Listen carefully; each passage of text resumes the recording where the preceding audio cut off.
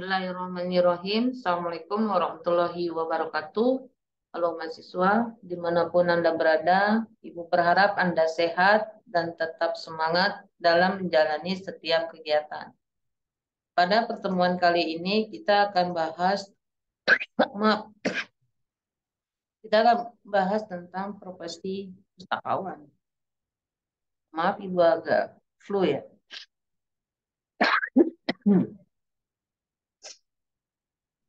Sebenarnya PPT ini bisa Anda download di e-learning khusus bagi mahasiswa Universitas Terbuka yang mengambil mata kuliah pengantar ilmu perpustakaan. Tetapi materi ini sangat bermanfaat bagi pemerhati perpustakaan yang ingin mengetahui apa sih yang disebut dengan pustakawan dan bagaimana sih profesi sebagai pustakawan. Di sini terlihat bahwa apakah profesi itu lawan dari kerjaan, ataukah profesi itu sama dengan kerjaan, sebuah pekerjaan. Kalau dilihat dari istilah, maka profesi adalah atau memiliki arti kata pekerjaan atau sebutan pekerjaan, terutama pekerjaan yang memerlukan pendidikan dan pelatihan. Dan kemudian profesional adalah segala sesuatu yang berkaitan dengan atau merupakan bagian dari profesi. Jadi misalnya pustakawan sebagai profesi, maka harus profesional, ya harus dibarengi dengan secara profesional, bekerja secara profesional.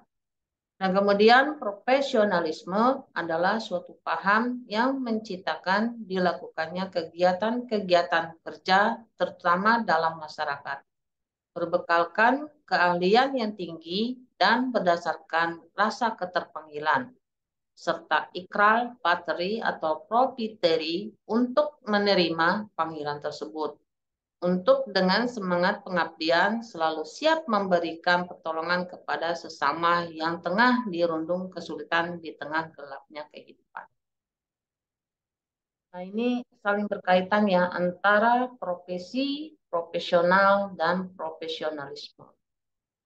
Ini sebaiknya memang sebagai pustakawan kita harus memiliki jiwa profesionalisme dalam menjalankan setiap tugas, baik itu harian ataupun mungkin tahunan atau mungkin tengah tahunan ya, di setiap kegiatan yang berkaitan tentang kepustakawanan.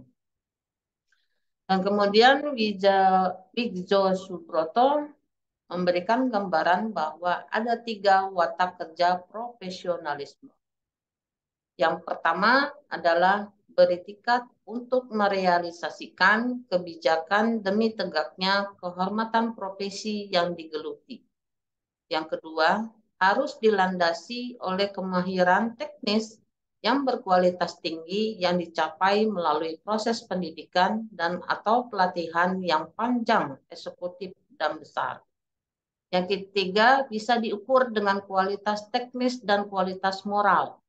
Harus menundukkan diri sendiri pada semua mekanisme kontrol berupa kode etik yang dikembangkan dan disepakati bersama di dalam sebuah organisasi profesi. Jadi ada 3 watak ya kerja profesional, yaitu menghormati ya isi daripada keprofesionalan kita, kemahiran kita dalam melaksanakan tugas, dan kualitas layanan teknis yang akan kita berikan kepada pemustaka atau pengguna perpustakaan. 3 watak. Oke, kemudian selain itu juga kita akan membahas tentang kompetensi pustakawan. Bicara tentang kompetensi pustakawan, maka akan terlihat dari hasil kegiatan yang diberikan oleh pustakawan kepada pengguna perpustakaan. Di sini terlihat bahwa gambar ya, di mana pustakawan tugasnya adalah atau memiliki kompetensi merekam suatu kejadian atau informasi di setiap kegiatan dalam kegiatan kepustakawanan.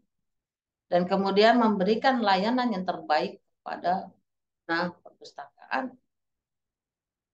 Dan kemudian membuat suatu big data dari hasil kegiatan yang dilakukan dalam tugas kepustakawanan. Dan kemudian selain itu kita juga akan bahas tentang profesi, apakah sama dengan pekerjaan. Pustakawan itu memiliki syarat sebagai kerja profesi. Jika memiliki pendidikan formal, jika memiliki pengetahuan dan keterampilan khusus. Yang ketiga, intensif yang terdiri dari ilmu murni dan ilmu terapan. Yang keempat, memiliki otoritas dan bersifat mandiri. 5, memiliki kode etik profesi. 6, berperilaku profesional. Dan 7, memiliki organisasi profesi. Nah, ini 7 syarat ini wajib dimiliki oleh pustakawan jika dia bekerja secara profesi. Ini terlihat bahwa setiap pustakawan memiliki skill. Itu mulai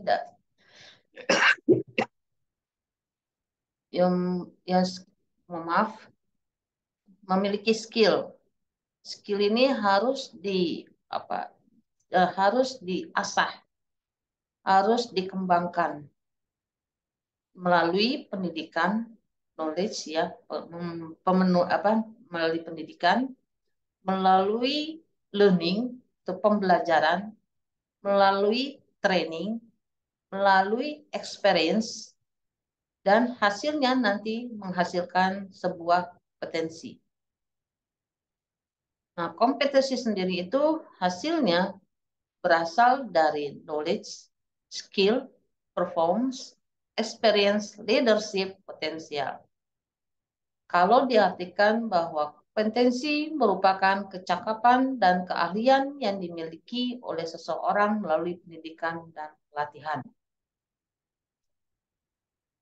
Ya, kemudian dari gambaran tersebut dapat diartikan bahwa pustakawan adalah seseorang yang memiliki kompetensi yang diperoleh melalui pendidikan dan atau pelatihan kepustakawanan serta mempunyai tugas dan tanggung jawab untuk melaksanakan pengelolaan dan pelayanan perpustakaan.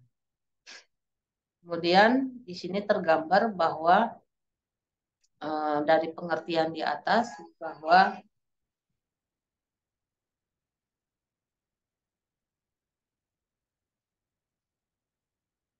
pustakawan memiliki kualifikasi akademik paling rendah sarjana S1 atau diploma 4 dalam bidang perpustakaan dari perguruan tinggi yang terakreditasi. Kualifikasi akademik serendah-rendahnya sarjana atau diploma 4 di luar bidang perpustakaan dari perguruan tinggi yang terakreditasi dapat menjadi pustakawan setelah lulus pendidikan dan pelatihan bidang perpustakaan. Artinya bahwa untuk menjadi pustakawan bisa dari jalur S1 ilmu perpustakaan atau minimal diploma 4 dalam bidang perpustakaan atau juga berasal dari alumni non ilmu perpustakaan. Tetapi dengan catatan wajib mengikuti pendidikan dan pelatihan bidang perpustakaan. Pendidikan dan pelatihan dalam bidang perpustakaan yang dimaksud diselenggarakan oleh Perpustakaan Nasional atau lembaga lain yang diakreditasi oleh Perpustakaan Nasional atau lembaga sertifikasi. Ini ya, jadi syaratnya ini untuk menjadi pustakawan yaitu memiliki salah satunya adalah pendidikan. Selain nanti ada skill, experience, dan sebagainya. Nah, kemudian kompetensi profesional, pengetahuan di bidang sumber-sumber informasi, teknologi, manajemen, penelitian, dan kemampuan menggunakan pengetahuan tersebut dalam memberikan layanan. Dan selain itu, seorang pustakawan wajib memiliki kompetensi individu. Jadi secara individu dia juga wajib memiliki kompetensi. Ini untuk menggambarkan satu kesatuan keterampilan, perilaku, dan nilai yang dimiliki seseorang agar dapat bekerja secara efektif, menjadi komunikator yang baik, selalu meningkatkan pengetahuan, dapat memperlihatkan nilai lebihnya, serta dapat bertahan terhadap perubahan perkembangan dalam dunia kerjanya. Artinya bahwa kompetensi individu seorang pustakawan harus mengikuti perkembangan zaman atau perkembangan teknologi informasi. Apalagi saat ini sudah menuju library 4.0. Maka mau tidak mau, suka atau tidak suka, pustakawan harus upgrade dirinya, skill atau keterampilannya dalam dalam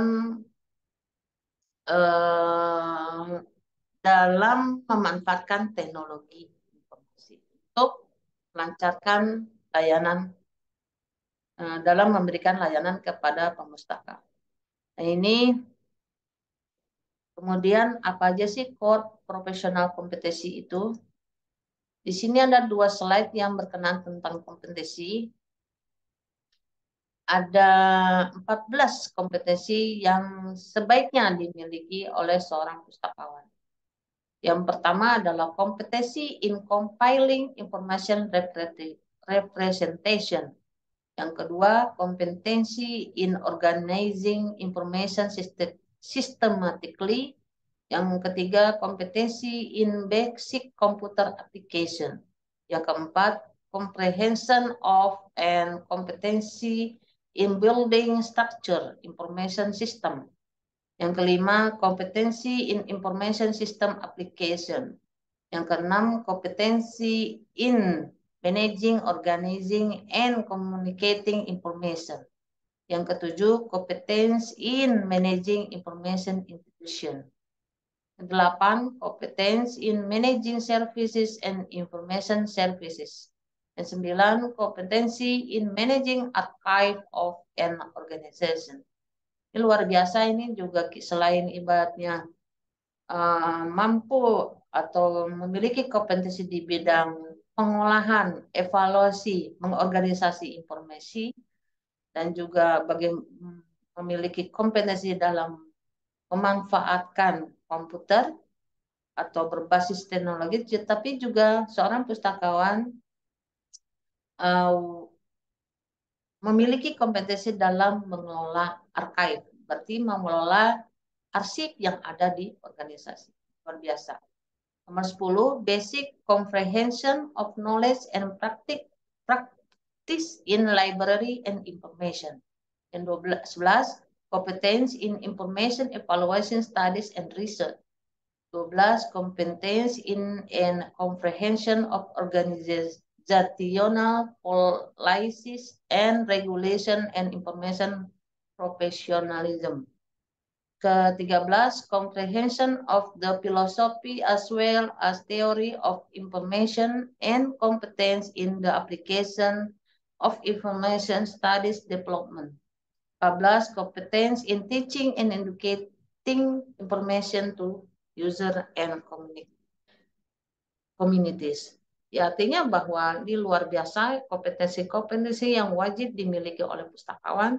Dia tidak hanya bisa mengelola informasi, mengevaluasi informasi, mengorganisasi informasi, tetapi juga dia dapat mengelola arsip yang ada di lembaganya, dan kemudian juga memiliki kompetensi bagaimana mengajar dan mengajari, ya, memberi pelajaran informasi kepada pengguna pustaka.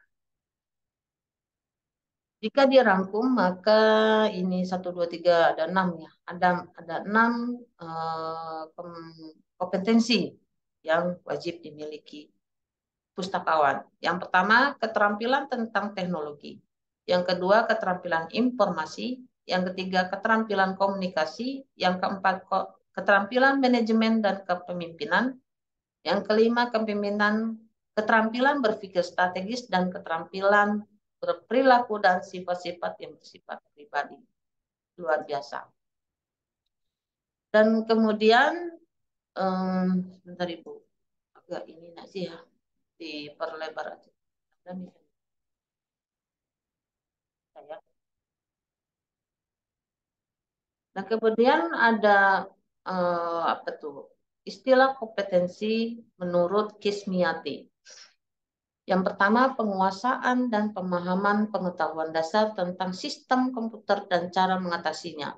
Yang kedua, penguasaan keterampilan angka yang terkait tugas administrasi. Maaf. Yang ketiga, penguasaan keterampilan dan pengetahuan tentang program pengolahan data, mengolah data, dan merancang struktur data. Yang keempat, penguasaan dan pemahaman jaringan komputer. Yang kelima, penguasaan menelusur informasi. Yang keenam, penguasaan perancangan web. Yang ketujuh, penguasaan penelusuran sumber informasi digital dan pembuatan koleksi digital. Luar biasa. Jadi, bagi pustakaan, itu minimal Anda wajib menguasai ya kompetensi yang ada di sini. Atau mungkin salah satu aja misalnya dari kompetensi yang Anda kuasai, ya luar biasa. Misalnya dalam penguasaan perancangan web. Masih jarang sekali ya pustakawan dapat merancang web. Dan kemudian untuk mengimplementasikan tersebut, apa tuh Badan Nasional Sertifikasi Profesi juga mengeluarkan sertifikat kompetensi. Ini biasanya dilakukan tiap tahun ya. Bagi Anda yang berminat mungkin bisa mendaftar di Perpustakaan Nasional. Di sini tenaga ahli dalam bidang perpustakaan harus memiliki kemampuan mencakup aspek pengetahuan, keahlian, dan sikap kerja dalam bidang perpustakaan yang dibuktikan dengan sertifikat kompetensi yang diterbitkan oleh lembaga sertifikasi atau lembaga pendidikan yang terakreditasi. Jadi selain kompetensi juga selain uji kompetensi juga seorang pustakawan juga ada juga uji sertifikasi. Jadi ada uji kompetensi dan ada juga uji sertifikasi. Disesuaikan dengan klasternya. Apakah nanti uji sertifikasinya klaster pengolahan, bahan pustaka, pengembangan koleksi, atau layanan dasar. Dan kemudian ini ada standar kompetensi kepala perpustakaan sekolah ya. Di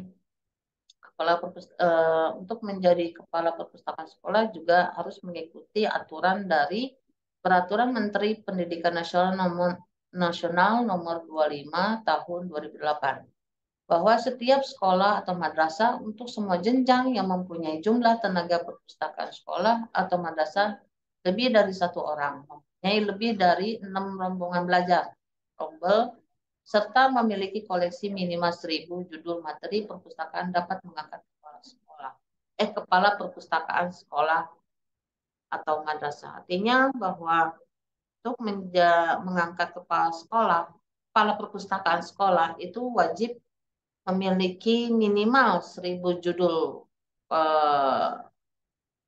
koleksi dan kemudian memiliki 6 rombel atau rombongan belajar. Nah, selain itu kualifikasi kepala perpustakaan sekolah atau madrasah melalui jalur pendidik itu memiliki kualifikasi serendah-rendahnya diploma 4 atau sarjana S1, memiliki sertifikat kompetensi pengelolaan perpustakaan sekolah atau madrasah dari lembaga yang ditetapkan oleh pemerintah. Dan ini untuk menjadi kepala perpustakaan sekolah bisa melalui jalur pendidik atau jalur guru. Guru bisa menjadi kepala perpustakaan sekolah. Dan kemudian untuk jalur tenaga kependidikan artinya untuk menjadi kepala perpustakaan sekolah atau madrasah melalui jalur tenaga pendidikan ada beberapa syarat.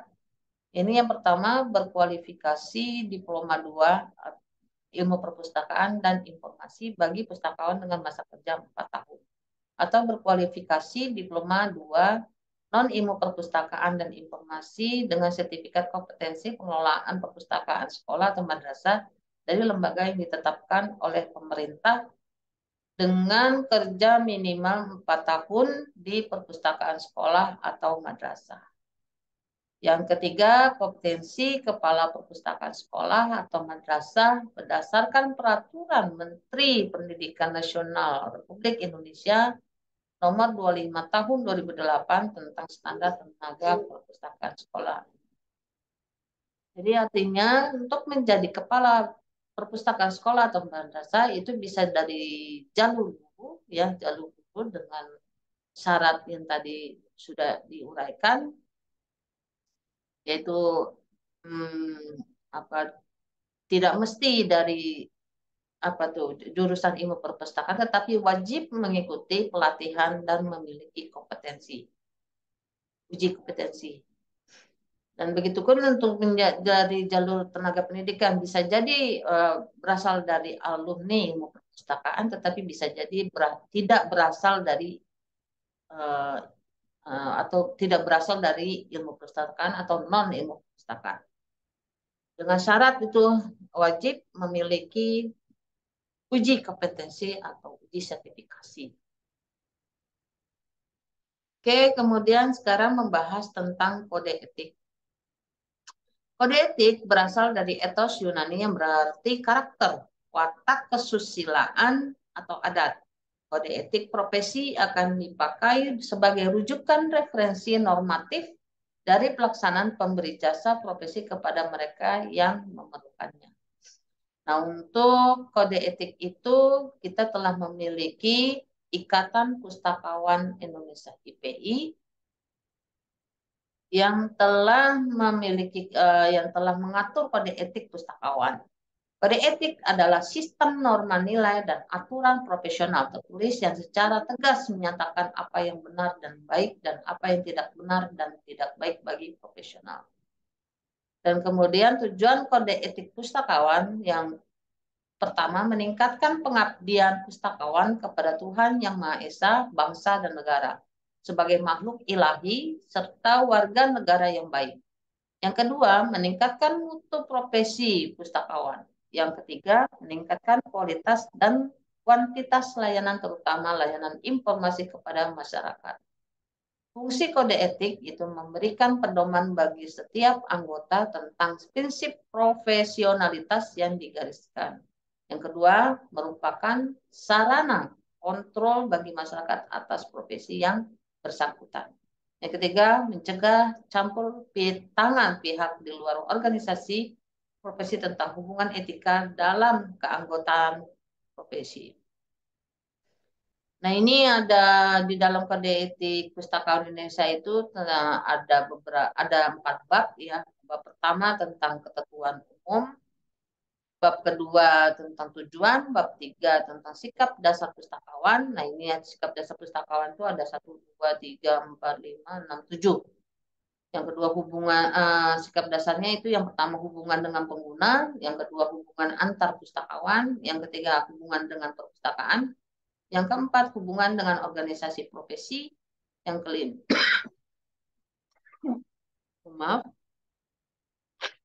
hubungan pustakawan dengan masyarakat, yang ke 1, 2, 3, 4, 5, 6.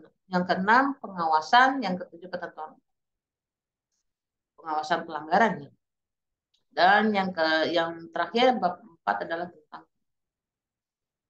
Nah, untuk setiap pustakawan itu wajib ya mengikuti atau bukan mengikuti deh, menjadi anggota profesi, yaitu anggota profesi pustakawan, yaitu IPI, Ikatan Pustakawan Indonesia. Dan bagi pustakawan sekolah maka wajib ya menjadi anggota AKPUSI, yaitu Asosiasi Tenaga Perpustakaan Sekolah Indonesia. Fungsi organisasi profesi yang pertama menjadi wadah masyarakat profesi, yang kedua mengembangkan ilmu pengetahuan bidang profesi, yang ketiga menyusun kode etik dan standar profesi serta menjamin kompetensi profesi. Yang keempat mewakili profesional di masyarakat. Yang kelima mengembangkan mutu profesi dan statusnya. Yang seterusnya kemudian mengawasi perilaku anggota profesi melalui kode etik serta memberi sanksi atas pelanggaran. Jadi kalau ada pustakawan yang melanggar kode etik maka akan diberi sanksi. Yang seterusnya memberikan lisensi dan akreditasi. Dan kemudian manfaat organisasi profesi yang secara pribadi meningkatkan profesionalisme. Jadi kalau misalnya kita ada organisasi profesi maka itu secara pribadi kita akan meningkatkan profesionalisme kita. Terus secara profesi itu mengembangkan ilmu perpustakaan dan informasi dan secara masyarakat mendapatkan layanan informasi yang perlu. Ya, mungkin itu yang dapat Ibu sampaikan, yang dapat saya sampaikan.